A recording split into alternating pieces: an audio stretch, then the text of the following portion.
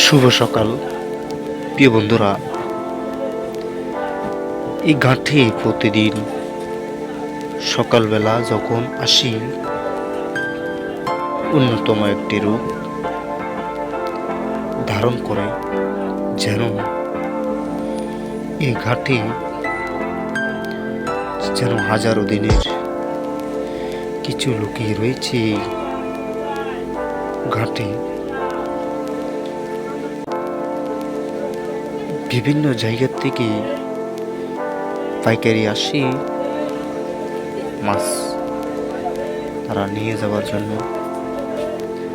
আসলে আমরা অনেকে জানি না, অনেকে বুঝতে চাই না এই ঘাটে হাজারো কিছু লুকিয়ে রয়েছে কিনা, আমাদের কেউ জানতে চায় না।